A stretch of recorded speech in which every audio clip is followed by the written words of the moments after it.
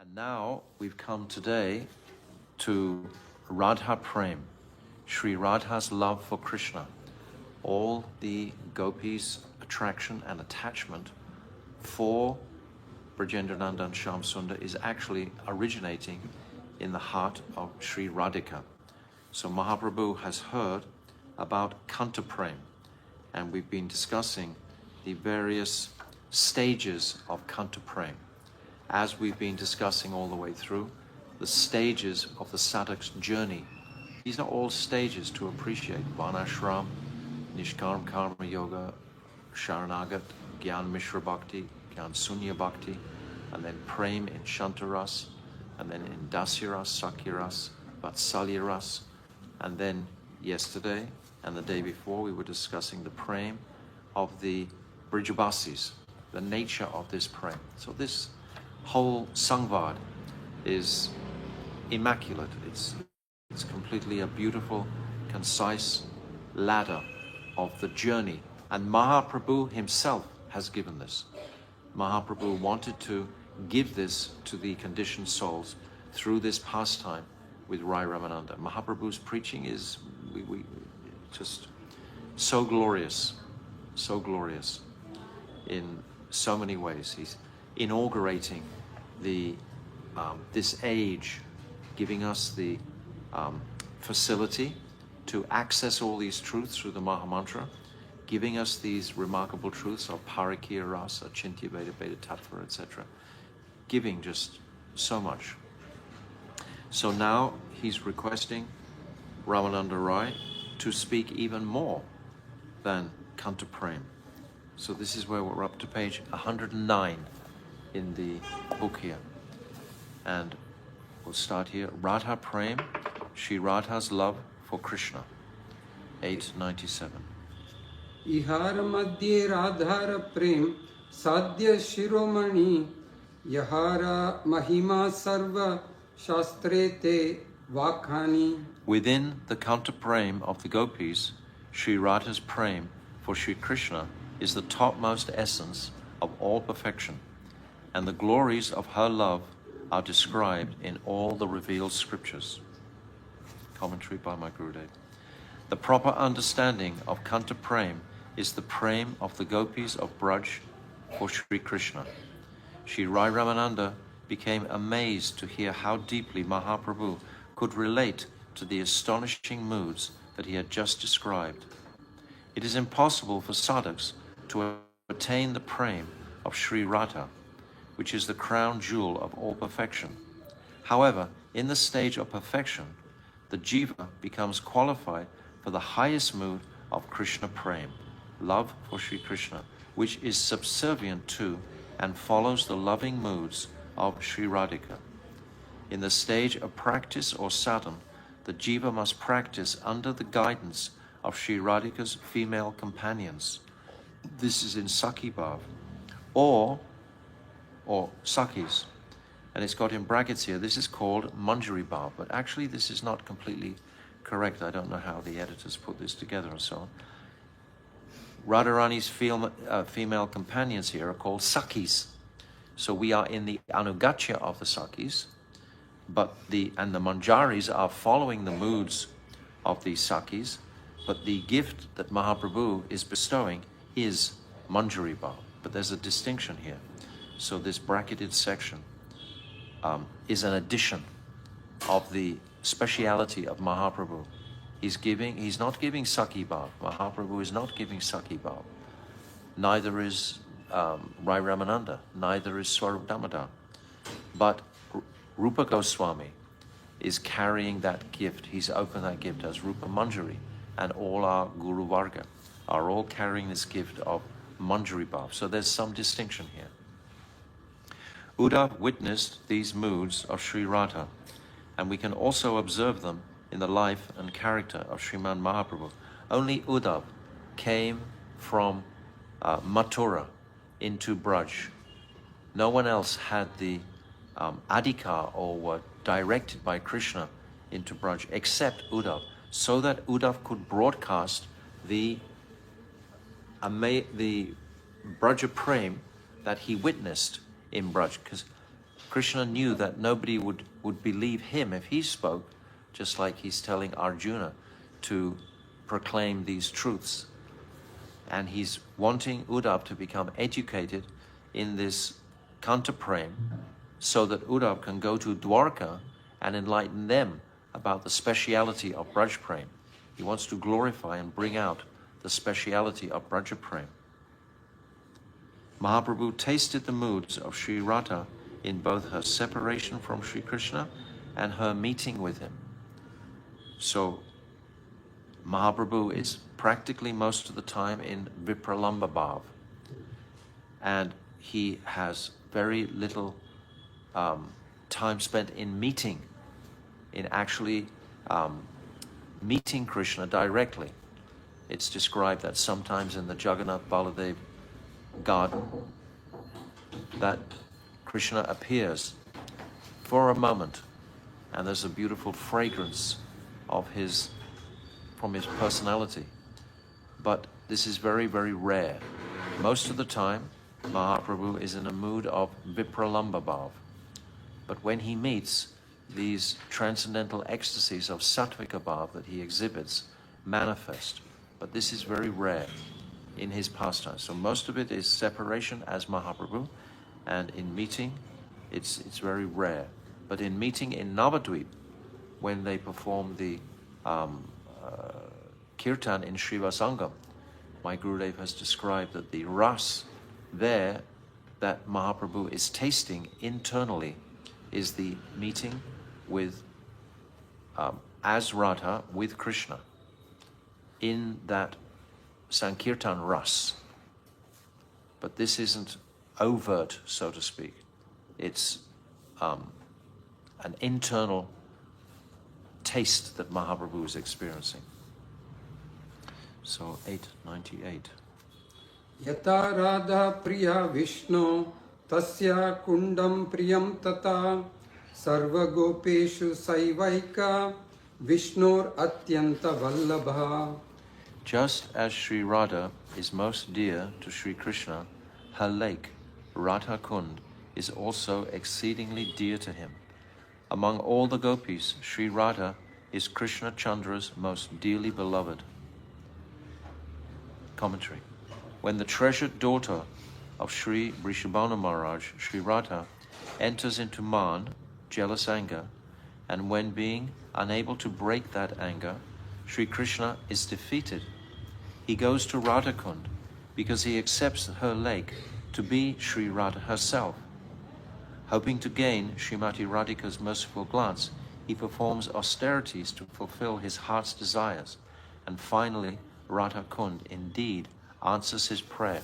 There's a beautiful pastime that one time all the gopis were in Radha Kund and they were bathing Krishna. Krishna was on a bed, and all the gopis were as if performing abhishek to Krishna.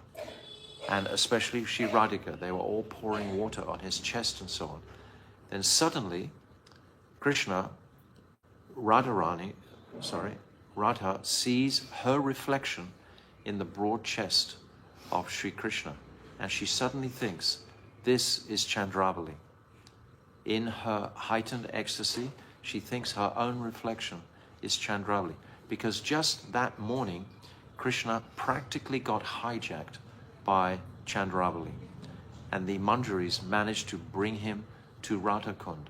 So this was in Radhika's mind, and she's seeing her reflection in his chest, and she goes into such a high state of man, she storms off, and she storms into a kunj, and all the Sakis run trying to pacify her, because Krishna is in such a satisfied mood with the abhishek that the gopis were performing.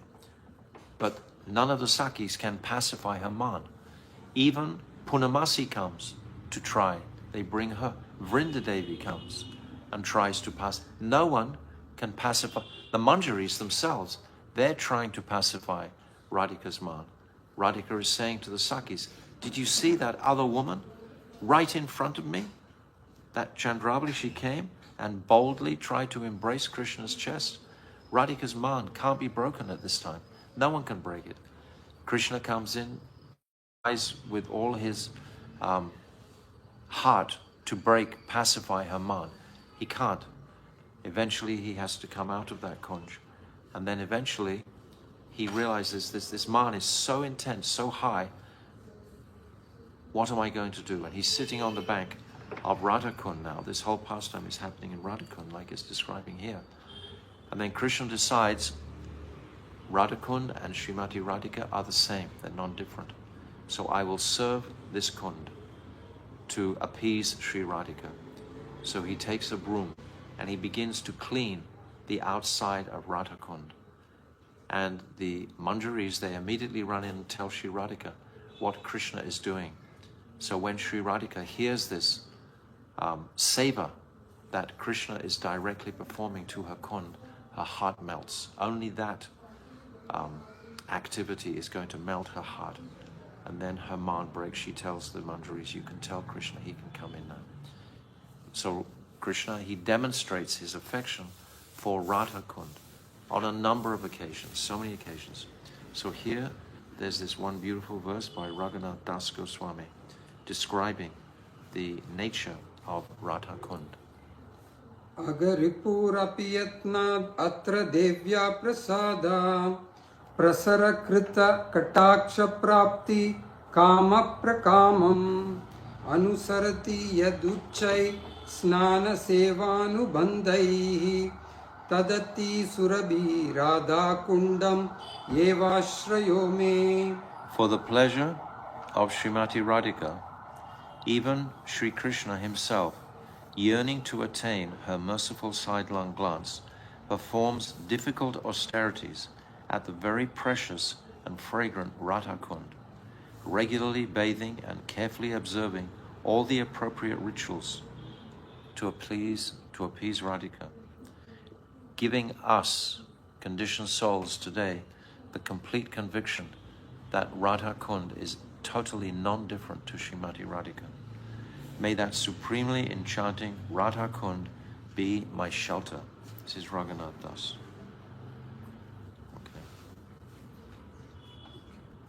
Okay. 899.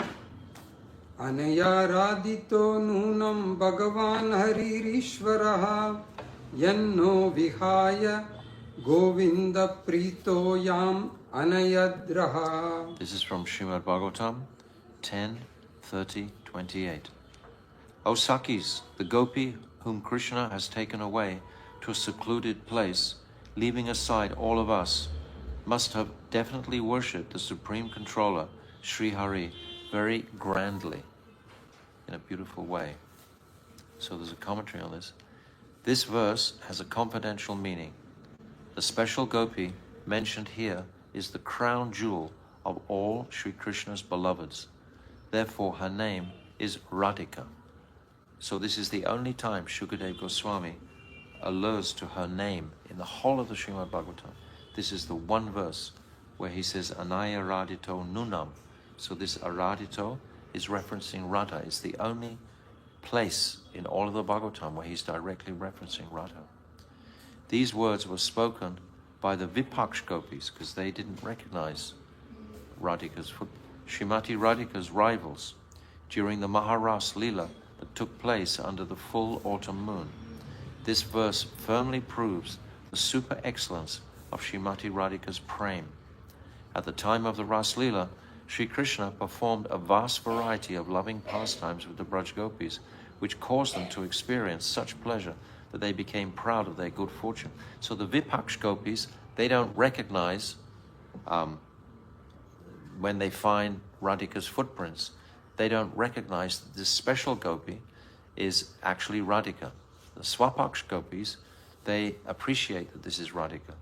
But the Vipaksh Gopis have no idea who this special gopi is. Furthermore, Radhika fell into a jealous pout when she noticed that while Sri Krishna was dancing and singing amorously with her, displaying a variety of poses, he was doing the very same with the other gopis. Thus, to pacify Sri Radhika's anger and to check the other gopis' false pride in their good fortune, Sri Krishna disappeared from the Ras Leela, taking Radhika with him. But actually, we know that Radhika separated first, and then Krishna followed after that. So it's written differently here, I don't know why. As Sri Radha and Krishna were moving from one secluded kunj to another, Sri Radhika's footprints left special marks in the sand. Beneath the big toe on the right foot was a barley corn. Beneath the second toe was a wheel. Below this was an umbrella, and underneath that was a bangle. In between the big toe and the second toe was a long vertical line reaching down to the middle of her foot. Under the middle toe was a lotus flower, beneath which was a flag. Below this flag was a creeper, which bore one flower. Beneath the mount of the little toe was an elephant goad, and on the heel was a half moon. On the left footprint there was a conch shell at the base of the big toe, and under this was a club. On the mount of the little toe was an altar, below which there was an earring, and below this a spear. Below the second, third, fourth, and little toes were mountains, underneath which was a chariot, and on the heel a fish. Similarly, Krishna's footprints also left their characteristic marks in the sand: flag, thunderbolt, elephant goad, lotus, etc. Then there's a verse here from the Bhagavatam. Padani vyaktam etani nandasunor mahatmanaha lakshante hi dvajamboja vajrankusha yavadibihi. This is from Bhagavatam 10, 30, 25. It's a very wonderful meditation for the devotees to remember and view the lotus feet of Sri Radha and Sri Shyam Sundar, and also Sachinandan Gaurahari, Nityananda, etc., to become familiar with the glorious markings on their lotus feet. Very easy to access this. We'll put a file up on the WhatsApp thread so you can immerse yourselves in these meditations on her lotus feet. Seeing the footprints, the gopis spoke among themselves. Without a doubt, these footprints belong to the most illustrious son of Nanda Maharaj, Sri Shyam Sundar, because the marks of a flag, lotus, thunderbolt, elephant goad, barley corn, and so forth are clearly seen. Sri Radha herself was unaware of her own footprints. Under the cover of a very dense grove of trees, Sri Shyama appeased the angry Radha by decorating her and performing other services. We understand when Radhika goes in Man, she's giving the opportunity to Krishna to perform seva. Seva is the symptom of that love. And when Krishna has the opportunity to pacify Radhika's Man, he's very happy to do that. So Radhika is knowing his satisfaction at pacifying her Man, so she deliberately goes into this Man to please Krishna. That's the reason she goes into Man. Radhika doesn't do anything except to please Krishna. Every atom of her existence is only to bring pleasure to Krishna. Her Man is also to bring pleasure to Krishna. By so doing, he managed to pacify her Man, which was extremely strong and difficult to curb. Not being able to see Sri Krishna once he had disappeared from the Ras, the other gopis became extremely distressed, as if their lives had left them. One minute they were dancing with the most wonderful personality in existence and receiving so much mercy from him, and the next second they were left helplessly alone without him. So their devastating separation mood was extreme at this point. They began searching for Sri Krishna everywhere. After some time, they saw his footprints and also noticed that next to them were the footprints of a lady. Seeing them, the rival Vipaksh gopis said to each other, "Just as a she-elephant accompanies her beloved king of elephants, similarly, that greatly fortunate girl walked away with Nandanandan, Shamsundar, keeping her hand on his shoulder. Who is she? The Vipaksh gopis didn't know. She must definitely have worshipped the omnipotent Bhagavan Sri Hari very grandly, because her worship has pleased him so much that our beloved Sri Shamsundar has taken her away to a solitary place, leaving all of us behind. So this is the verse, Anayaradito Nunam, that we're referencing here. The Svapaksh gopis, Sri Radha's group, could recognize that these were the footprints of their Sakhi Sri Radha, and although this fact made them blossom with happiness, they did not manifest any emotions outwardly, because the other groups of gopis, Vipaksh, those who are opposed to her, Tatashta, those who are neutral, and Surit, those who are friendly, were also present. If these other groups had understood that the footprints belonged to Sri Radha, their anger towards her and their jealousy of her would have only increased. Therefore, as if ignorant of whom the footprints belonged to, the Svapaksh gopis continued following.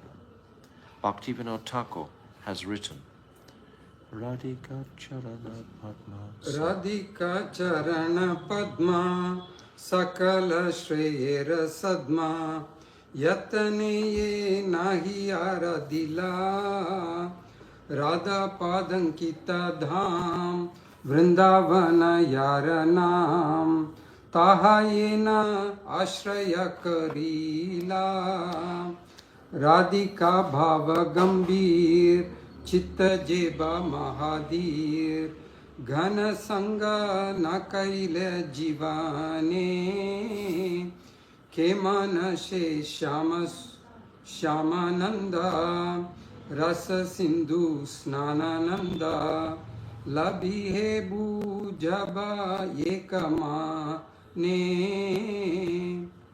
Radhika Ujjvala Rasera Acharya Radha Madhava Shuddha Prema Vicharya Ye Dharila Radha Pada Paramayatane Se Paila Krishna Pada Amulya Ratane Radha Pada Bina Kabu Krishna Nahi Mile Radha Radha Sira Krishna Sarva Vede Bale Chodata Dhana Jana Kalatra Sutamita Chodata Karama Gena Radha Pada Pankaja Madhurata Sevana Bhakti Vinoda Paramana.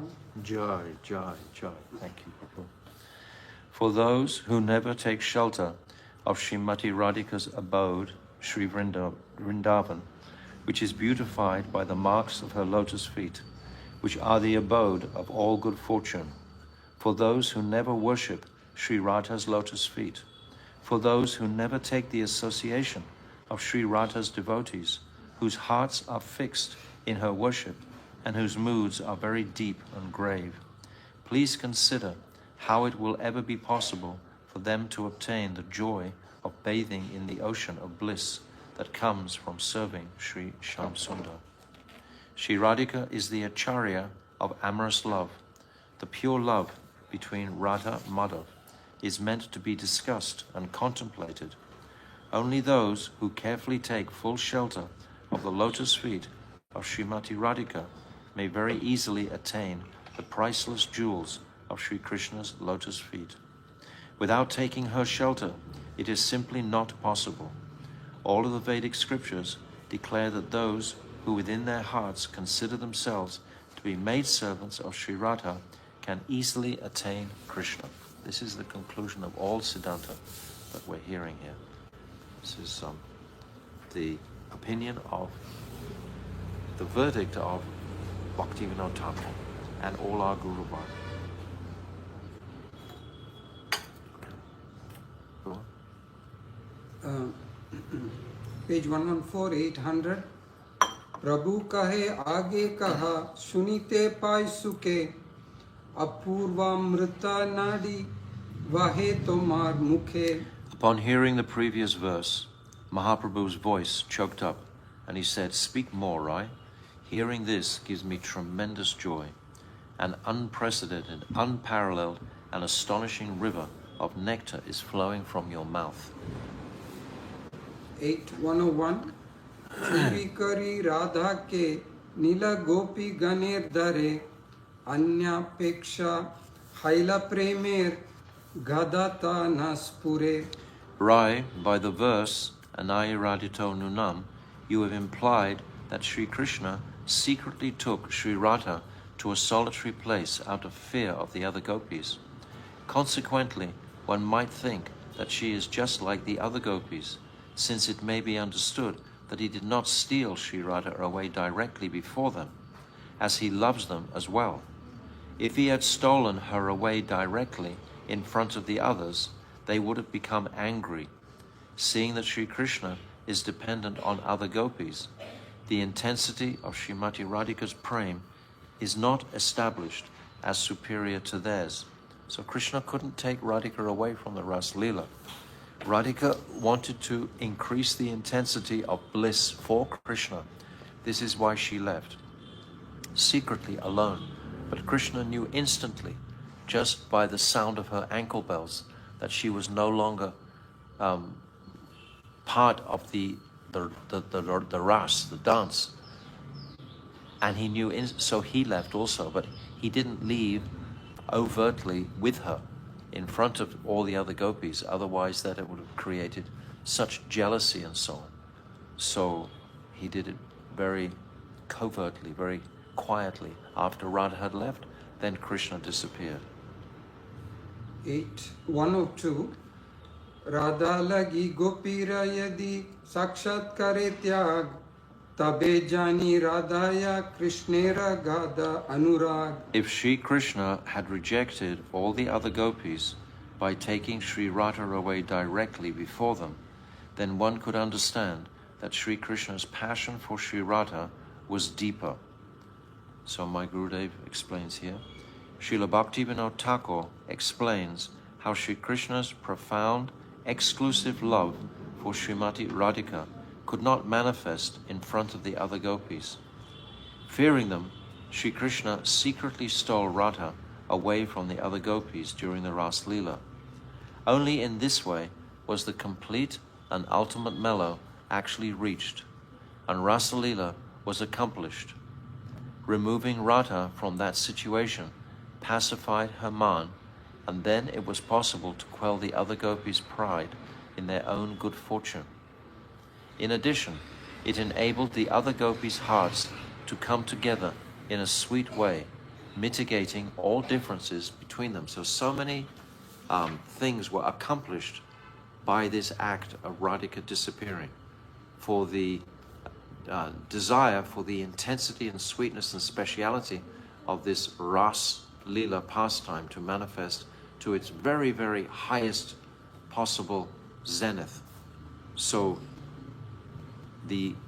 all the different, the Swapaksh, Vipaksh, Tatashta Surit, they could all collectively focus their allegiance to Sri Radhika. So this was attained by Sri Radhika disappearing. Sriman Mahaprabhu concealed the depths of Radha's prem, and he raised a doubt concerning Sri Krishna's love for her. Without this question, it would otherwise have been impossible to establish the full glories of Radha's prem.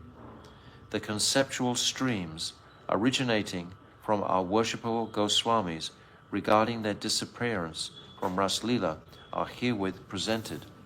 So there's two presentations here. Number one, when both Aradhika, the worshipper, or Sri Radha, and Aradhaya, the worshipped, or Sri Krishna, disappeared from the arena of Ras Leela, the gopis of Sri Radha's group could not at first understand that their mistress and Sri Krishna had disappeared together.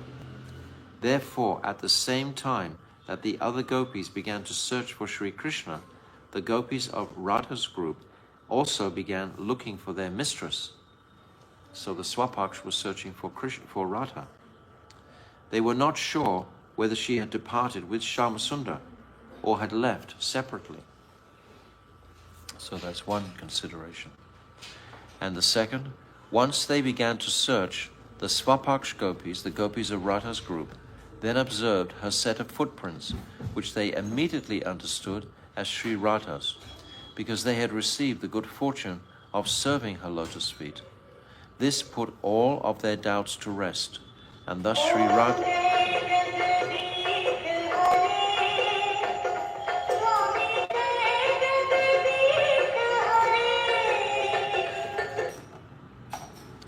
That's the front doorbell here, where we stay.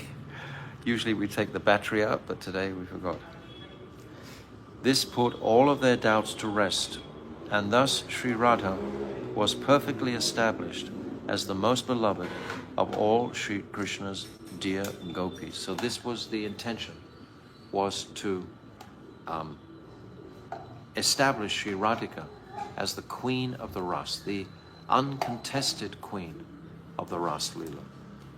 This was the whole arrangement by Radha and Krishna to establish this. And it goes further, because when Radha and Krishna disappeared and walked together, then Krishna arranged for the Sakhis, as we've spoken before, just to find Radhika and to witness the height of her separation. So when they witnessed her total distressful condition of separation, then all the gopis, the Vipaksh, the Surit, and the Tatashta, could acknowledge that her separation was certainly the highest. So this chapter is titled Radha Prema, Sri Radha's love for Krishna. So Radhika is being glorified here specifically. It was Mahaprabhu's intention here that Sri Ramananda should further explain the super excellence of the glories of Radha's Prema. Okay. 8, 1 of 3. Rai kahe tabe shuna premera mahima trijagate Radha premer nahi ka upama. Sri Ramananda Rai said, now listen to the glories of Radha's Prema. There is nothing superior to her Prema within the three worlds. This is what Mahaprabhu wanted to hear. 8, 1 of 4. Gopi ganera rasa nritya mandali chadiya Radha chahi vane fire vilapa kariya. Sri Krishna left the other gopis in the dancing arena. Lamenting over Sri Radha's disappearance, he began searching through the forest. He began wandering through the forest in search of her. Commentary now by my Gurudev. With great expertise, Sri Rai Ramananda refuted Sriman Mahaprabhu's objection, saying, O Lord, in the Saradiya Ras, Sri Krishna secretly took Sri Radha away from the other gopis in order to associate with her alone. That is true. Furthermore, it is an established and likewise proven fact that Sri Krishna also remains dependent on the other gopis. But we do not always find this to be the case. The Vaishnava poet Sri Jayadev has conclusively proved this in his description of Vasant Ras Leela, which took place in the springtime at Govardhan. Because in Vasant Ras Leela, only selected gopis were there. Ras Leela started with countless millions of gopis being present. Suddenly, Sri Krishna noticed that Rajeshwari, Sri Radha, the presiding goddess of Ras Leela, was no longer present. That very instant, he abandoned the Ras Leela arena and, lamenting with a saddened heart, he ran from forest to forest, searching for her everywhere. Millions of gopis were still waiting at the dance arena, but Sri Krishna did not once look at them again, not even to tell them where he was going. He ran off in front of everyone, not waiting for any other gopi. From this account, we can identify Sri Krishna's unwavering and heightened attraction for Sri Radha. So this is all accenting Radha's Prema. Even if we derive our understanding from Sriman Mahaprabhu's description, our worshipful Goswamis have explained that when Sri Krishna sometimes shows attachment to other gopis, the desire to taste varieties of ras must be the cause. There are so many different flavors of ras. Radhika is the highest, but there are other flavors also within the heart of each other gopi. When Radhika understands that a particular gopi has extreme anurag for Krishna, she will make the arrangement for Krishna to come to that gopi, to experience that anurag of that particular individual gopi. If Krishna had stolen Sri Radha away directly in front of the other gopis, their pride would not have been destroyed. Rather, jealousy would have arisen in them instead, and then the great Rasa festival would have been over. By referring to this verse, Sriman Mahaprabhu draws further attention to the description of Vasanti Ras in Gita Govinda, composed by the great poet Sri Jayadev Goswami.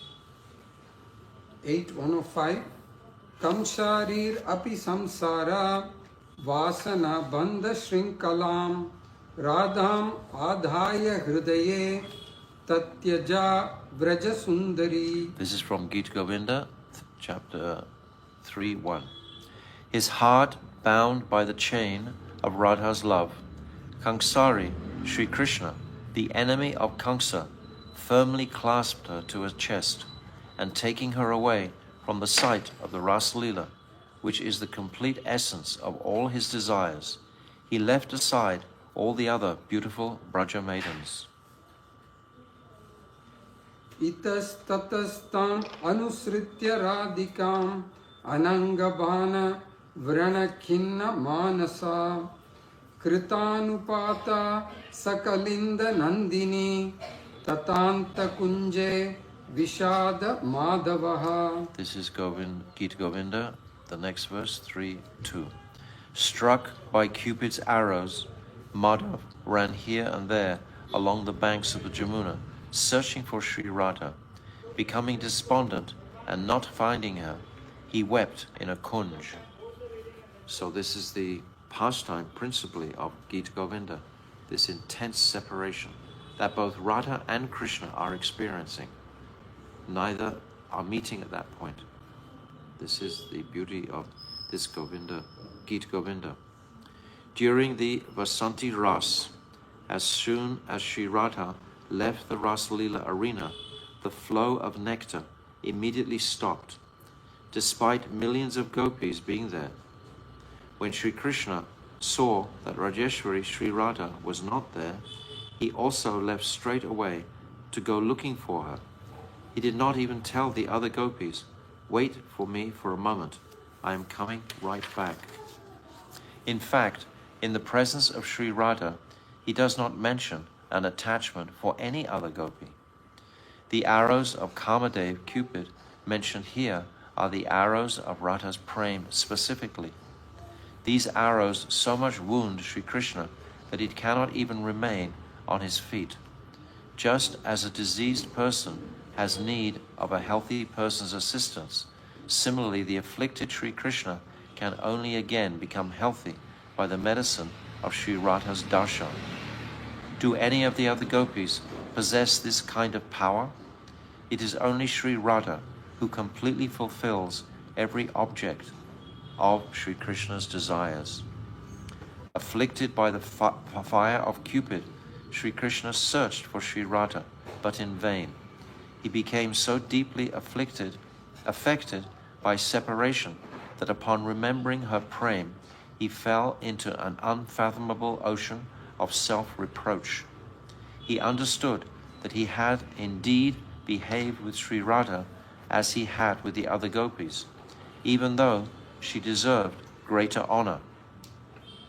Repeatedly falling down and getting up, all the while reproaching himself, he came to a kunj on the bank of the river Yamuna, where he thought, Praneshwari Sri Radha, the mistress of my life, must have come to this kunj. But when he did not find her there, he fell into an ocean of despair and began lamenting. So Krishna, by the mercy of Radhika, is experienced this intense vipralamba, this intense mood of separation. And Mahaprabhu is hearing this description. coming from the lotus mouth of Ramananda Roy. And Mahaprabhu is melting when he's understanding this. So these are very profound descriptions of this Ras Leela and the dramatic exit of Sri Radha and Krishna immediately following. And all of these explanations are heightening the glories of Radha's Prem. So this is where we've come to today in our description of Radha Prem. Tomorrow we'll continue more and we'll hear more about the Prem of Sri Radhika. So Sri Rai Ramananda Sangbad Ki Jai. I put a very beautiful, or we're putting a very beautiful little video on the WhatsApp thread, which is of a young girl, South Indian girl. She's singing and speaking this Rai Ramananda Sangbad, practically up to the place where we are now. She doesn't go further because these are very confidential matters where we're coming to. So she's speaking all these verses, very, very beautiful. So I would encourage you all to take a few minutes to watch that very beautiful video that we're posting now, because it encapsulates the whole Rai Ramananda Sangbad in a very beautiful way. So, Srila Gurudev Ki Jai, Gopal Bhatta Goswami Pad Ki Jai, Sri Ramchandra Kaviraj Ki Jai, Go Premanande, Hari Hari Bol.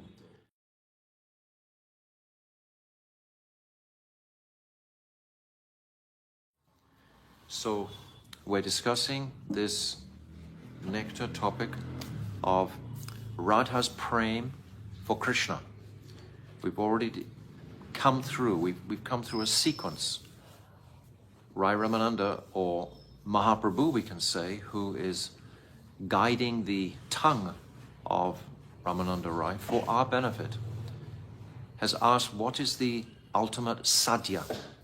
How can we begin to perform our sadhan if we don't know what is the sadhya?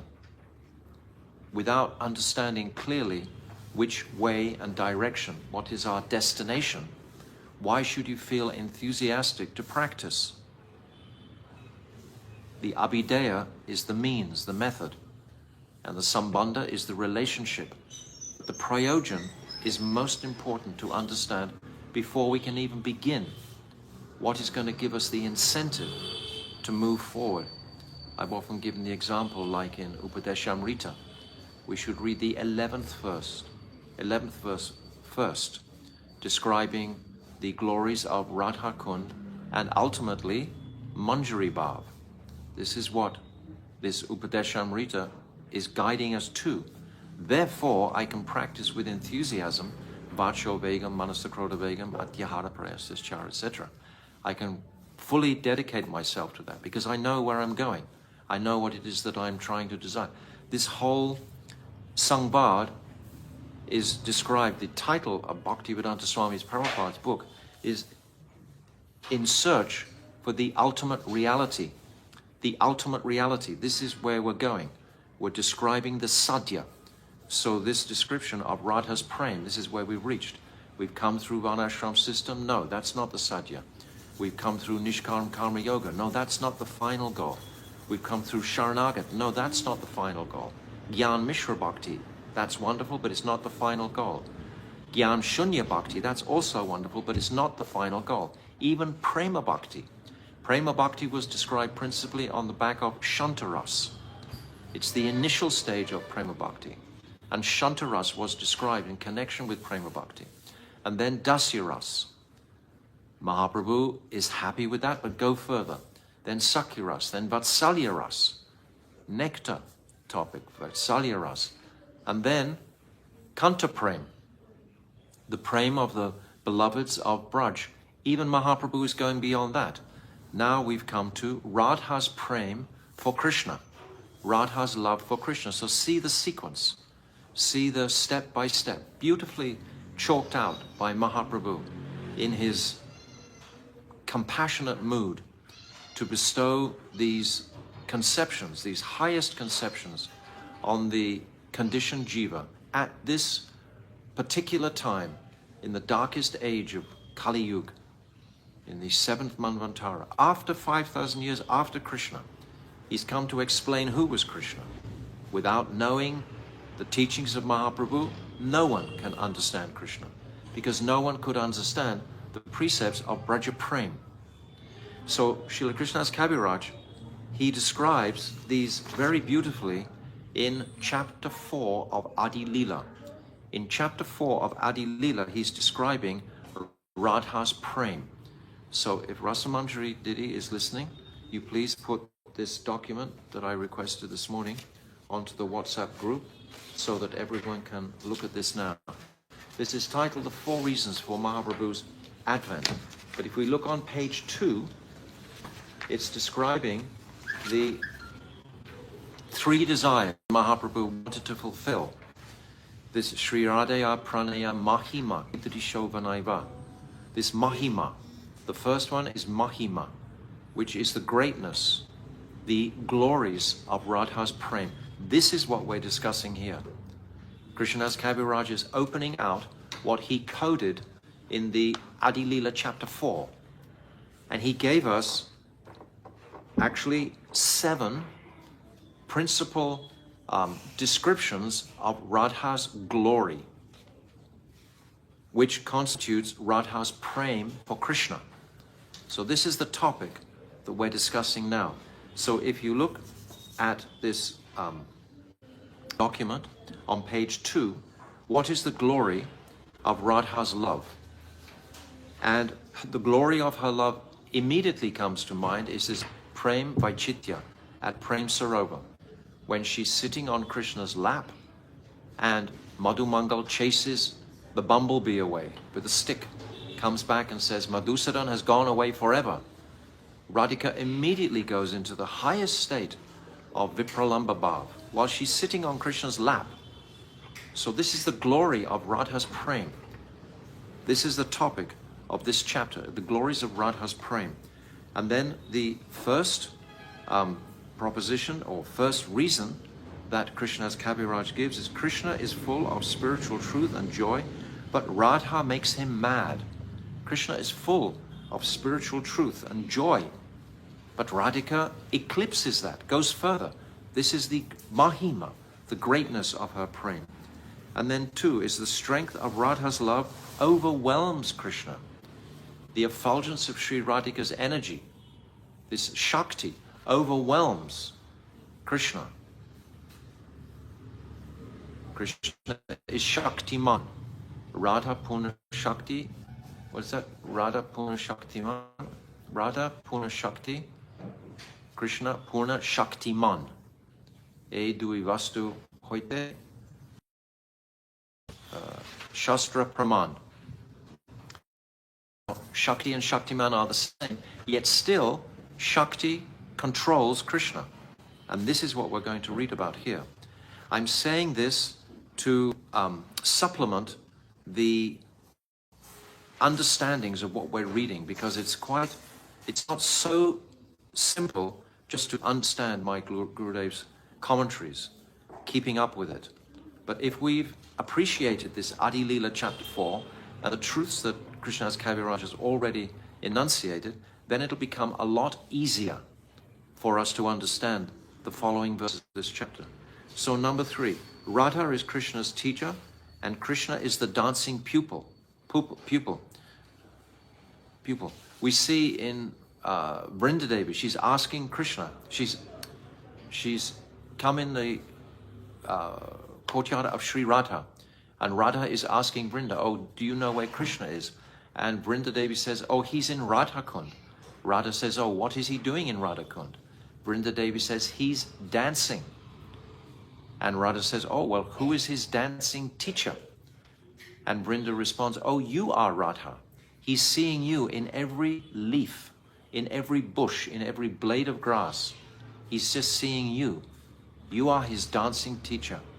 And Radha has her man as her stick to control Krishna in this instance. So she is controlling Krishna. She's his dancing teacher. And then what pleasure in Krishna Radhika experienced by 10 million times. 10 million times. Radha experiences Rudha and Adi experiences Mahabhav. He doesn't experience his own greatness is so splendid that he can't taste it himself as Krishna. He sees himself reflected in a column and he wants to embrace that reflection, but he can't because he's the Vishaya. He's the object. But he has to take the Ashraya position, the taster, in order to experience himself. So this is the who is Mahaprabhu. This is his first desire, to taste the Mahima. Then Krishna is the abode of contradiction, like it's described in Prema Vivart. It's twisting. Love is very twisting. And Radha is full of similar contradictions. Radha's right up there. She's completely as contradictory as Krishna. She will challenge Krishna's contradictions. And Krishna adores that. He loves it. Radha's love is all-pervading, and there's no room to expand. Still, it does expand. It's achintya bhav. Without appreciating this achintya bhav, nothing can be comprehended. Bhaktivinoda Thakur says that if we can't understand, if we can't accept achintya, bounded by the mind, achintya is beyond the mental ability to comprehend. It's achintya, it's beyond conception. And number 7, nothing is greater than her love, and totally devoid of pride. I love this one. Totally devoid of pride, which is a sign of greatness. This is humility. Prem and humility, we've said many times, are synonymous. Prem and humility are just like pride and envy. They are synonymous. If someone is very proud, he's very envious of everybody else. Or if he's very envious of everybody else, he becomes very proud. And humility and prem are synonymous. So Krishna is thinking, my mind races to taste Radha's love. So this is like an overview, more or less, of what we're discussing here in Sri Radha's love for Krishna. This is Radha's prem, not Radha Tattva. We're going to come to Radha Tattva after Krishna Tattva. Radha's prem is what we've just described. This is her prem that controls Krishna. So we're reading from page 118 today. And we've come to verse... By the way, just a footnote here. Don't make a big deal about it.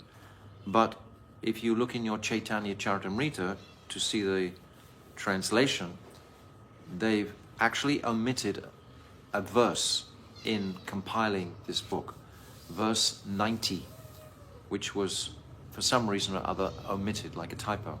So ye yata mam prapadyante, this verse is not in this Rai Ramananda Sangvar. That was verse 90. So as a consequence of that, all of these verses are one behind. If you look at verse 107, it's verse 108 in the Chaitanya Charitamrita. So just don't be confused about that if you look at that. So now we're on verse 107. Ye dui shlokera artha vicharile jani vicharite ute yena amritera khani. Sriman Mahaprabhu pondered the meaning of these two verses and understood that they were a reservoir of nectar. Anaya radito nunam Bhagavan Hare Ishvara, this verse, when the gopis are searching for Krishna, and this Naparyeham Nirabadya Samyujam, this verse. He was pondering these two absolute nectar verses, repeatedly chewing them. He began to taste ambrosia, cup after cup. He was drinking the sweetness of these two verses. 108. Satakoti gopi sange rasa vilas tar madhye ekamurtye rahe radha pas. Sri Ramananda Rai continued, Sri Krishna performed the Rasa Leela with millions of gopis, and in their midst he stayed with Sri Radha's side. He stayed by Sri Radha's side with one of his forms, but actually it's the same form. This is what I was trying to research in the original Chaitanya Charitamrita. It's actually this, because we've just described already that Krishna is described as being like a torch that is spinning very, very quickly. It's one torch, but it's looking like a circle of torches, like a circle of light. So Krishna is like that. Otherwise, it would have the fault of Aishwarya in the Ras Leela. This is how Srila Vishwanath Chakravarti Thakur explains also. So he stayed beside Sri Radha as he stayed behind each of the other gopis. So 109 Sadharana preme deki sarvatra samata Radhara kutila preme haila vamata. Seeing that Sri Krishna's love for her was the same as his love for the other gopis, Sri Radha exhibited a contrary or leftist mood, Vamyabhav, because it is the nature of prem to be crooked. We've just described that in the language of contradiction. Crooked. It's crooked. Although both Madhurya sweetness and Aishwarya opulence are not only present, but also complete in Braj.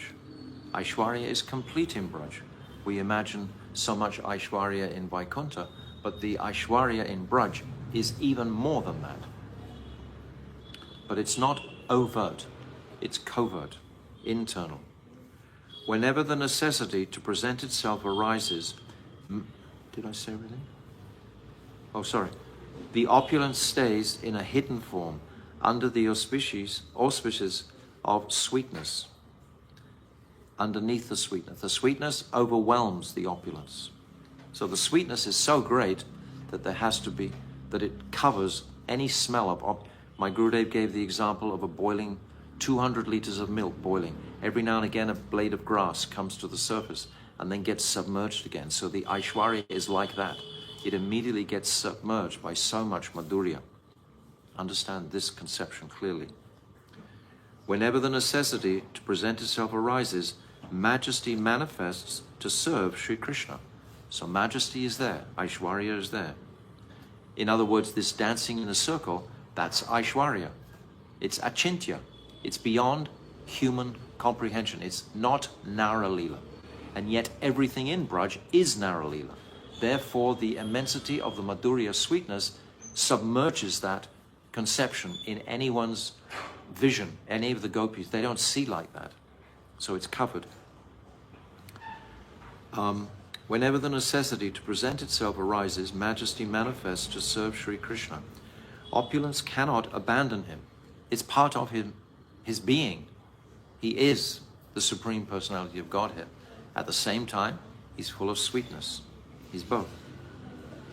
When millions of gopis gathered for the Ras festival, Aishwarya Murti, the personification of opulence, Yogamaya, manifest millions of forms of Sri Krishna. But we understand from Vishwanath Chakravarti and from my Gurudev that Krishna wasn't actually expanding in a way of multiplying himself. He wasn't doing, like in Dwarka, he marries 16,000 queens, all at the same time. He marries 108 previous. But the 16,000, he marries all simultaneously. He has different forms, and he's doing different activities in each palace. Narad, he describes this. He's going from palace to palace. In some palaces, Krishna's taking some prasad. In other palaces, he's reclining and the wife is fanning him. In other palaces, he's playing chess or something. So in each palace, he's doing something. So it's a different form. But this is not like that here. That's complete Aishwarya. This Aishwarya form is just beyond that. It's a single Krishna, Brajendrananda, and he's dancing so far, we can't comprehend it. But this is the tattva. However, the power of his own Aishwarya Shakti prevented he himself from realizing this fact. Krishna is Sarvagya, we said yesterday, and Mugdata. Mugdata means he doesn't know he's the Supreme Lord. Sarva Gyan, Sarva, all Gyan. He's fully knowledgeable. At the same time, he's Mugdata. This is Achintya. Both moving and stationary at the same time. If we chant Hare Krishna, if we practice this Krishna, we can assimilate this and appreciate it and not understand it, but accept it. The devotees can accept these high conceptions very easily, simply by the power of the Hare Krishna mantra. If you're not chanting, if you're not performing devotional service, you'll just say, oh, this is nonsense, I can't understand that. Someone's exaggerating or something. You won't appreciate the deep significance of it. The deep significance is that it's not ultimately the Aishwarya manifesting. It's submerged by the Madhurya. Yet at the same time, the Aishwarya is there to allow Krishna to circle those millions. Actually, Vishwanath Chakravarti Thakur says billions. He says 300 billion. And Krishna is dancing with every single one of them. Single Krishna. And he's even adjusting their clothes, etc. Their trolleys and their ankle bells, their hair if it gets in the way, and their earrings, etc. Wiping the perspiration from their foreheads. So it's remarkable, but it's inconceivable. However, the power of his own Aishwarya Shakti prevented he himself from realizing this fact, because he's Mugdata. Every gopi thought that Sri Krishna was there with her exclusively. He was going so fast, they all thought he was there exclusively. If Sri Krishna, the very form of fully condensed ecstasy, were right there next to oneself, then why would one look to see what another gopi was doing? In other words, the other gopis couldn't see Krishna dancing with everybody else, but Radha could. Suddenly, Sri Radha glanced at another gopi and realized that Sri Krishna was with her also. And she also noticed him with all the other gopis. She could perceive that Sri Krishna would leave one gopi and move to the next, then leave that gopi and go on to the next, and dance with each of them. Suddenly she beheld Sri Krishna there, with her also. Seeing this, she became angry. Radhika, understand this fully. Radhika never becomes angry. She never becomes jealous. These are words that we just have to use to describe an indication. This man is not, don't think, oh, Radharani's an angry person. She's always getting angry or something. Or, she's jealous. Radharani never gets jealous. If she knows that some particular gopi has developed the anurag, the qualification to be with Krishna, the desire, the hunger is there, she will go to that gopi and request that gopi, you go to Krishna. And that gopi might say, oh, I have too many things in the house to do. Radhika will say, I will do them for you. You go to Krishna. That's not envy, that's not jealousy.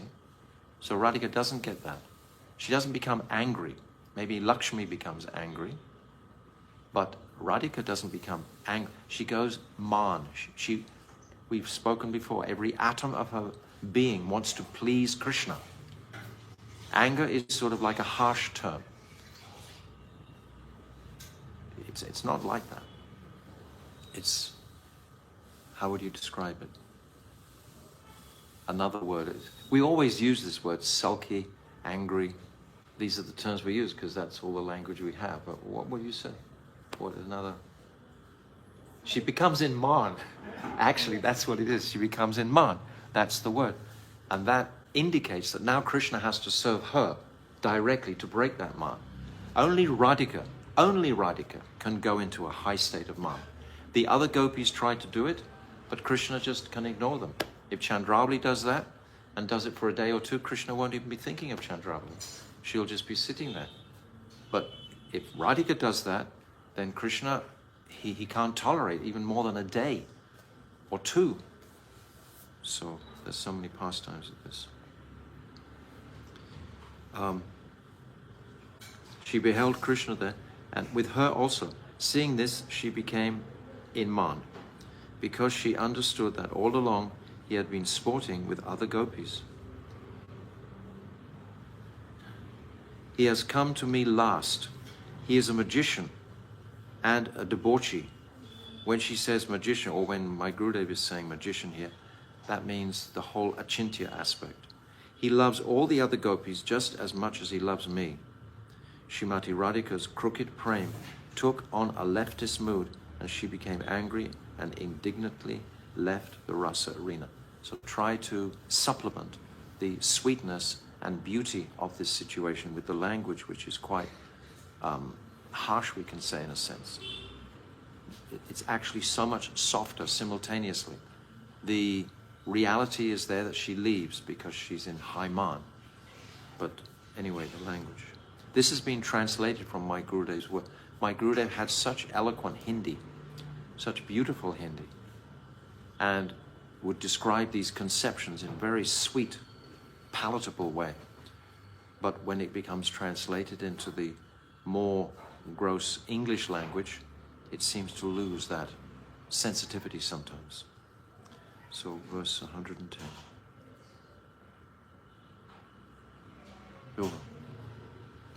110. Aheriva gati premna swabhava kutila bhavet ato hetor hahecha chati. The movements of prem are naturally crooked like a snake. Therefore young lovers experience man. That is, they become sulky, sometimes with a cause and sometimes without a cause. Sa-hetu and nir-hetu. These are two descriptions. Sometimes without any reason, Radhika will go in man, just to bring Krishna to a more exciting, intense greed to be with her. Bilba? 8, 111, 114. Krodha kari rasa chadi gela mana kari tarena dekiya vai vyakula haila hari samyak vasana krishnera ichcha rasa lila vasanate radhika shrinkala taha vina rasa lila nahi tar chitte mandali chadiya gela Radha anveshite itastata brahmi kana Radha na paana vishada karena kama bane kinna hana. Sri Radha became jealous, and with good reason. Thus, that means sa-hetu, there's a reason for this. She left the site of the Ras Leela. Sri Hari experienced extreme distress at not seeing her.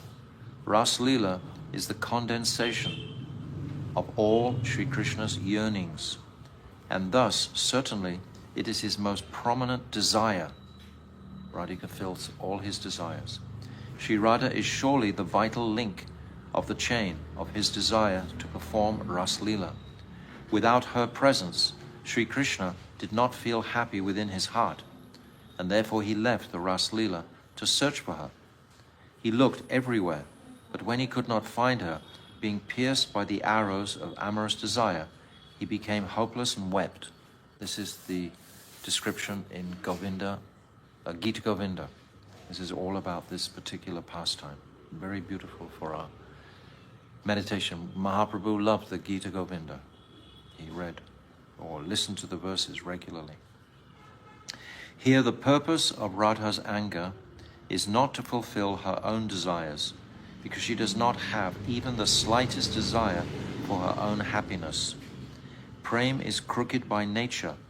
Thus, contrariety automatically arises.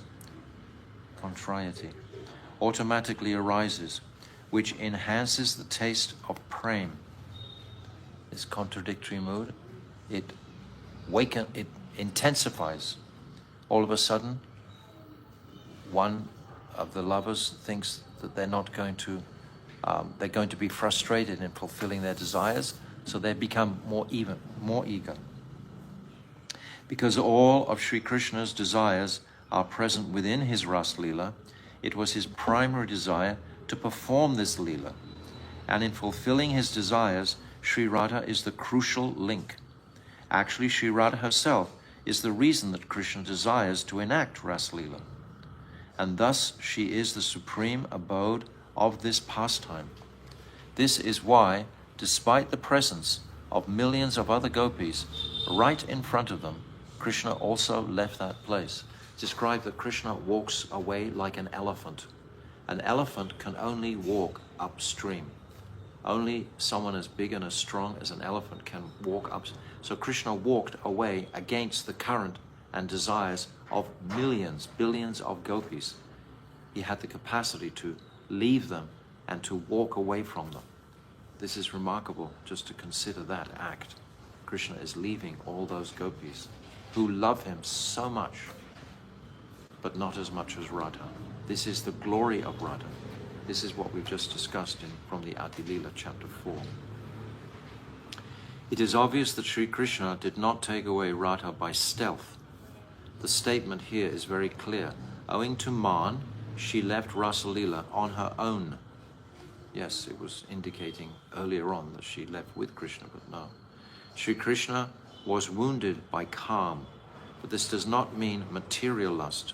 Rather, it is the mutual eagerness between lovers to give one another happiness. This utsaha, this eagerness of Krishna to give happiness to Radha. Sri Radha's tendency to perform amorous service is of the highest standard. Furthermore, as long as Sri Krishna has not fulfilled her desire, he feels pain in his heart. You just have to think about all this yourselves. It's beautiful. There's so many understandings in this paragraph. Okay. 8, 1 and 5. Shatakoti gopite nahe kama nirvapana tateti anumani Shri Radhike raguna. Even millions of gopis were not able to extinguish the calm of Sri Krishna. From this alone, one can infer the greatness of Radha's qualities. Without her, Sri Krishna's desire to taste Kanta Prem would not be met. So this is the Mahima that Mahaprabhu wants to taste. Go ahead, Prabhu. 8, 1 and 6. Prabhu kahe ye lagi ailama tomastane se saba tattva vastu haila mora jnane. After hearing the deep explanation of Prem Tattva from Sri Rai Ramananda, Mahaprabhu became very satisfied, and with a choked voice he explained, Rai, I have come to see you to receive knowledge of all these tattvas. By coming to you, my coming to you has proven successful. 8, 117. Ebe se janilun sadhya sadhana nirnaya age ar ache kichu sunite manahai. I have understood the tattva of both the sadhya and the sadhan. Here, the sadhya is mentioned first, and then is the sadhan. This is what we said at the beginning. Without clearly knowing which direction our compass should be, why should we perform the sadhan? The means to achieve it. But please speak further. It's just like in the Bhagavatam. We have Sambandha in the first 9 cantos. Then we have the Prayojan, the goal, and then the 11 and 12th cantos are the method to attain the goal. They are the Abhideya Tattva. It's the same. You have to have the Prayojan first and then the Abhideya. Exactly like the Srimad Bhagavatam. Please speak further, for my mind desires to hear more. Even after hearing such a deep deliberation on Sadhya, Sadhan Tattva from the lotus mouth of Ramananda Rai, Sriman Mahaprabhu's curiosity was still not pacified. It seemed that he wanted to know more about the special glories of Sri Radha's nature. This is the Mahima. Therefore, he cleverly yet indirectly asked, 8, 118 and 119. Krishnera Swarupa kaha Radhara Swarupa Rasa kon Tattva Prema kon Tattva Rupa Kripa kari ye Tattva kahata amare Toma vina keha iha nirupite nare. O Ramananda, what is the nature of Sri Radha and of Sri Krishna? What is Rasa Tattva? In addition, what is the intrinsic nature of Prem Tattva? Please be merciful and explain all these truths to me. Except for you, there is no one else who can explain these things. 8, 120 to 122. Rai kahe iha ami kichu na jani, tumi ye kahavo se kahi ami vani. Tomara sikshaya padi yena sukha pata, sakshat ishvara tumi ke buje tomara nata. Hridaye prerna kara jihvaya kaho vani, ki kahiye bala manda kichu na jani. Hearing Sriman Mahaprabhu's question, Sri Ramananda Rai said, I do not know anything about this subject. I utter only those instructions you speak through me. Whatever teachings I receive from you, I recite just like a parrot. You are directly the Supreme Controller. Who can understand your drama? My tongue will vibrate those very same instructions you have inspired within my heart as the Supersoul. Whether I am speaking correctly or incorrectly, I do not know. This is not just Ramananda Rai's humility. This is the reality of the situation. Mahaprabhu is giving us this. 123. Prabhu kahe mayavadi amita sannyasi, bhakti tattva nahi jani, mayavadi bhasi. Hearing Ramananda Rai's humble words, Mahaprabhu said, I am a Mayavadi sannyasi. How can I understand Bhakti Tattva? I always remain entangled in Mayavad philosophy. Comment. We should understand that these words spoken by Sriman Mahaprabhu in full humility were actually meant to conceal his real identity.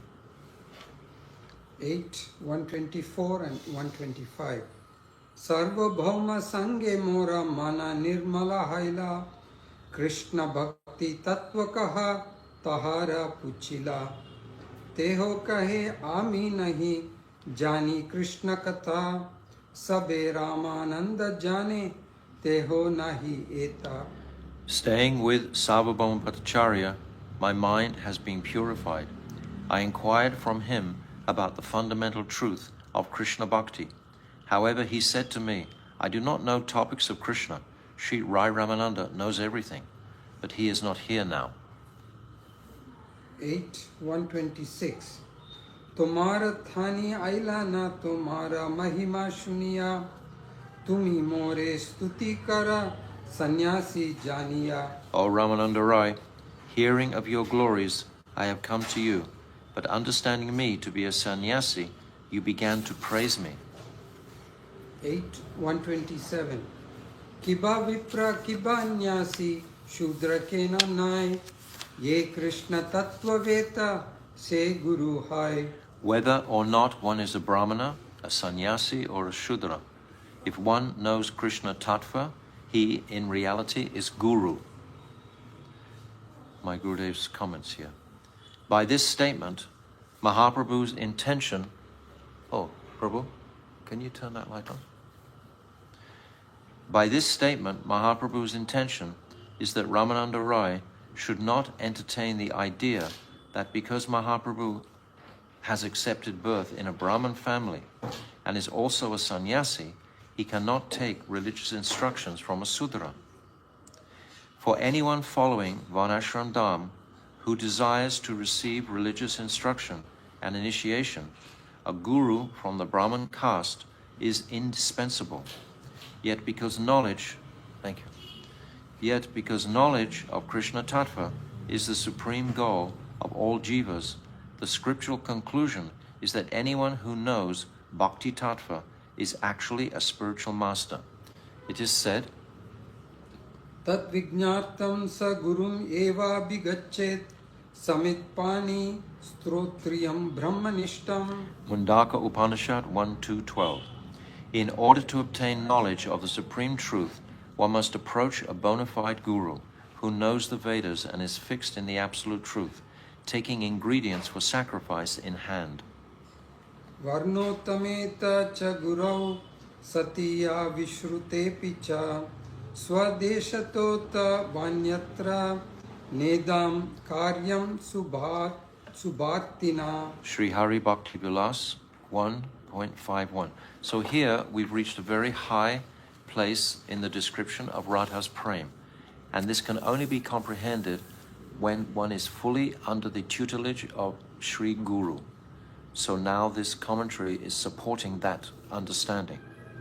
If a famous Brahmana spiritual master is present in one's own district, a person who desires auspiciousness will not travel elsewhere to accept initiation from someone other than him. So he will come to that person. He won't go window shopping around everywhere. A person from a low caste should not undertake the work of bestowing mantras, thus becoming an initiating spiritual master. A qualified person of a high caste should not receive a mantra from one in a lower caste. These are ordinary mundane instructions meant for those who have pride in their caste. We see how Shyamananda was not from a Brahmin family, and yet he accepted so many Brahmins, Rasikananda for example, and Narottam Das Thakur also from a Kayashta family, and accepted so many Brahmins. So it seemed to cause a lot of disturbance amongst all the smartas at that time. So we have a history of the success of these instructions in Mahaprabhu's Shishyas, like the second generation, so to speak, Narottam, Shyamananda and Srinivas. However, for those pure persons devoted to bhakti, who are devoid of the false ego arising from caste, this regulation does not apply, like in just what I've said, Narottam, Srinivas and Shyamananda. Instead, the prescription for them is that only those who are knowledgeable in the science of Sri Krishna, expert in the process of devotional service, and expert in tasting devotional mellows should be accepted as spiritual masters, whether they are from a Brahmin family or from a Shudra family. The Sattvata scriptures, the Vaishnava scriptures, explain that those who have taken initiation into a Vishnu mantra are known as Daivi Adhika, meaning that they are even superior to the Dvijas, the twice-born Brahmanas. This is because an ordinary Vipra, Brahman, is only qualified for Karma Kand, whereas a person initiated into a Vishnu mantra possesses the qualification for the topmost religious process called Bhagavat Dharma. It is stated in Sri Chaitanya Bhagavat that such darshan of the absolute truth, Parabrahm, as was revealed to Sri Haridas Thakur, who was born in a Yavan outcast family, was really achieved even by Lord Brahma, the creator of the material castes, what to speak of those who merely belong to the highest castes. In Bhakti Sandarbha, Sri Jiva Goswami draws evidence from Garud Purana as quoted below, and stipulates that a single Brahman who performs many sacrifices is superior to 1,000 ordinary Brahmins, but one devotee of Vishnu is superior to 1,000 of these Yagnika Brahmanas, and just one exclusive devotee of Sri Krishna is superior to 1,000 devotees of Lord Vishnu. Brahmanam sahasrebhya satrayaji vishishyate satrayaji sahasrebhya sarva vedanta paraga sarva vedanta vitkotya Vishnu bhakto vishishyate Vaishnavanam sahasrebhya ekantyeko vishishyate. We are all so fortunate. I hope you appreciate my dear friend here, Bilvamangala Thakur. In his house where I'm staying, he has so many books on Sanskrit language, etc. And this is the fulfillment of his studies through the years. Gaudiya Acharyas like Narottam Thakur and Narahari Shakar Thakur and Sri Mukunda Datta, Sri Kanu Thakur, Sri Shyamananda Prabhu and Sri Rasikananda Prabhu appeared in other castes such as Kayashta, Vaidya, Gopa and Karna.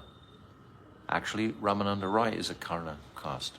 Nevertheless, many Brahmanas and Kshatriyas accepted initiation from them. The verdict of all bona fide scriptures is that regardless of the Varna or Ashram from which the spiritual master comes, the real prerequisite is that he must be a Vaishnava. With regard to this point, Sri Hari Bhakti Vilas 140-41 quotes these verses from the Padma Purana. Mahakula prasutopi sarva yajneshu ikshita sahasra sakadayaicha na guru syad avaishnavaha. Every time we quote from the Hari Bhakti Vilas, we should always remember Sanatana Goswami, who collected the verses, but it was Gopal Bhatta, who we spoke about yesterday, who compiled this Hari Bhakti Vilas.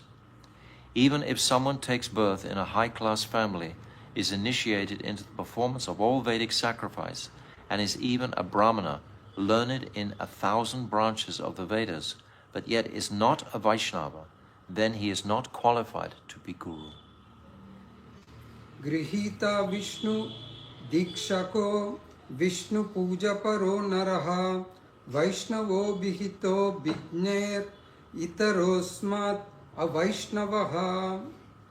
A Vaishnava is one who is properly initiated into a Vishnu mantra and who is dedicated to the worship of Vishnu. Apart from these, there are no other Vaishnavas. Now, commentary by my Gurudev. To be properly initiated into the chanting of a Vishnu mantra signifies that the practitioner must have a connection with and receive the mantra from a genuine guru in a bona fide and unbroken disciplic succession or sampradaya. Sri Gautamaya Tantra states, Sampradaya vihini ye mantras te nishval mataha. That mantra which is not taken from the Amnaya Parampara, or in other words heard directly from Guru Parampara, that begins with Sri Krishna and descends down to Brahma, Narad and other rishis, is nishval, or fruitless. We see Srimad Bhagavatam is descending from Krishna to Lord Brahma, to Narad, to Vyas, to Shukadev. Jiva Goswami Pad conveys the meaning of the word Vipra as one who is expert in Paravidya, or the topmost knowledge. Actually, this Paravidya is synonymous with Bhakti. Thus, a Vipra is really one who is expert in the performance of Bhakti. Sri Shankshep Vaishnav Toshani 10.16.2 may be cited in support of this Siddhanta, wherein it states, Veda Pratad Bhavad Vipraha. One who recites the Vedas in terms is termed a Vipra. Vipra. Vipra or Vipra? Vipra. The principal result of reading the Vedas is that one receives Divya Gyan, or transcendental knowledge. This knowledge goes hand in hand with Vaishnava Diksha, because an understanding of one's relationship with Bhagavan comes through the mantra one obtains upon initiation. This is the Sambandha Gyan. Thus, by receiving Diksha, the status of Vipra is attained as a concomitant result, secondary result. 128. Sannyasi baliya more na kariha vanchana Krishna Radha tattva kahi purna kara mana. O Ramananda Rai, do not cheat me by thinking me as a sannyasi. Please fulfill my heart's desires by describing the tattva of both Sri Krishna and Sri Radha. 129 and 130. Yadyapi Rai Premi Mahabhagavate Taramana Krishna Maya Nare Achadite Tatapi Prabhura Icha Parama Prabala Jani Leha Raye Raman Haila Talamala. Sri Ramananda Rai was a Mahabhagavat and thus full of prem.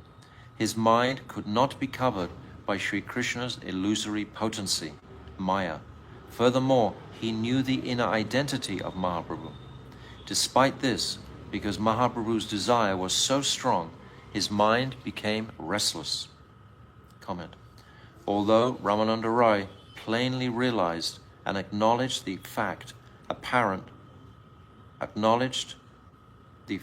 apparent fact that the form of Sri Chaitanya Mahaprabhu present before him was none other than Bhagavan. Nevertheless, by the influence of Sri Chaitanya Mahaprabhu's intense desire, he forgot this fact. Sri Ramananda Rai then answered this question. It was the strong desire of Mahaprabhu that Sri Ramananda Rai should give a comprehensive presentation of every tattva. Mahaprabhu wants to place this in the ether during this conversation for posterity, for us. 131 and 132.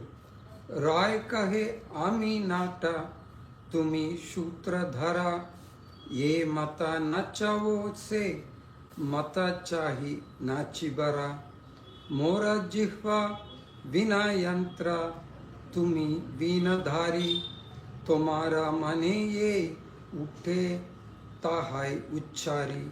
Sri Ramananda Rai said, I am only a puppet and you are the puppeteer pulling the strings. I will dance as you make me. My tongue is like a veena, and you are the musician playing the veena. Whatever your mind desires to hear, I speak. So this is, we can say Vishaka is in front of Shamasundar, and he's inspiring her to speak. These tattvas, for so many things are apparent here. Mahaprabhu's own Sakhi Bhav has been ignited by his association with Vishaka or Ramananda Rai. His dormant Sakhi Bhav, which was not ignited in Navadvip. He was tasting the Mahabhav during those nocturnal kirtans at Srivas Angam. But that Vipralamba Bhav, which he so much desired to taste, the glories of Radha's love, the wonderful qualities in him that she alone could relish, and the happiness that she experienced from receiving the sweetness of his love, wasn't fulfilled entirely in Navadvip. It's fulfilled entirely in the Gambhira, in the company of Lalita Sakhi, Swarup Damodar, and Vishaka, Rai Ramananda Rai. So this is what is beginning here. Because after this Ramananda Rai Sangvad, Mahaprabhu goes back to Puri, and then he journeys to Vrindavan, because he hasn't fulfilled that desire yet, through the Jarikanda forest. He meets Rupa Goswami in Prayag on his return from Vrindavan, sends Rupa to Vrindavan. Then, as he's returning, he comes to Varanasi. He meets Sanatan Goswami for 2 months in Varanasi. And then he instructs him fully in all tattvas, particularly Sambandha. And then from there, he goes back again through the Jarikanda forest. And then he remains for the next 18 years in Puridam. So he's been away for 6 years. During that time, this conversation has taken place. Then he returns for 18 years. Then for 6 years, he's celebrating the Ratha Yatra regularly, with all the devotees coming down from Bengal every year. Then he's requesting them regularly, please don't come anymore. And gradually, for the last 10 years, the intensity of his bhajan, where he tastes the full height of Radhika's Vipralamba, manifesting the sattvika bhavs of Ruda and Adi Ruda. Everyone can see them. So it's Aishwarya, Dham, Puri, even though what he's tasting is the most high sweetness, but still it's been exhibited as an Aishwarya. No one else exhibits these sattvika bhavs, becoming like a tortoise, falling in the ocean, having his all limbs elongated, etc. This is Aishwarya bhav, because everyone is seeing this is not human-like pastimes. Tears coming out of his eyes is not human-like pastime, so it's Aishwarya. But internally, there's this height of Vipralamba, particularly this separation mood. So now we've come through a glorification of Radha's prem, not her tattva. This is her prem. And that prem I described at the beginning of today is described in the Adilila chapter 4 by Krishna's Kaviraj. But now it's opened out even more in this chapter. So tomorrow we'll come to Krishna Tattva. Then we'll proceed to Radha Tattva. And then we'll come to an even higher Tattva for our meditation, which is Gopi Tattva, Sakhi Tattva. That's even higher again. So see the beautiful sequence and steps that we're traveling through. We have to see this structure to catch it. We have to see how it's progressing, just like in Srimad Bhagavatam, like in Upadeshamrit, like even Damodarastakam. These 8 prayers are consecutively becoming higher and higher, ending in Radha Bhav, starting in Namameshwaram Sat Chidananda Rupam, glorifying the great qualities of Krishna in an Aishwarya mood, Tattva, culminating in Radha mood. So all of these have sequence for us. We're coming from these lower stages of that's what sadhana bhakti is about. But unless we've got the vision, the sadhya, so even if we're not fully able to grasp these topics, we should appreciate this is the sadhya that's been indicated. So it behooves me to try to appreciate this sadhya if I'm going to become inspired to perform the abhideya, the process, the sadhana. Sadhana bhav, sadhana bhakti, bhav bhakti, culminating in prema bhakti. Kleshagni shubhada, moksha lukhatakrit sudulava. What's the next one? Shri Krishna Akashani Sasa. Surasatva Visheshatma. Shri Krishna Akashani Sasa. This is prema bhakti. So these 3 stages. So we are trying to appreciate the sadhya at this point. The sadhana actually is going to be described in the questions at the end. In the questions at the end that Mahaprabhu asks Ramananda Rai, how can I attain this? What is the sadhana to achieve this sadhya? The sadhya is not varnashram. It's not nishkam kam. It's not sharanagati. That's not the sadhya. It's not Gyan Mishra Bhakti. It's not Gyan Shunya. It's not even Prem in Shantaras. Brahma Bhuta Prasad. It's not that. It's not Dasya, Sakya, Vatsalya even. And the Kanta Prem, that's not the ultimate sadhya. The ultimate sadhya is going to be to serve the gopis, because it's by their mercy, through the gopis, particularly through the manjaris, that we will be fully satisfied. This Unnata Ujvala Ras is being tasted by Radha and Krishna, and this Svabhakti Shriyam is service to that mood. So all of these truths are being unpacked in this one conversation. So it's very, very powerful, very special. Sri Ramananda Rai Sangvad Ki Jai. Gaur Premanande Hari Hari Bol.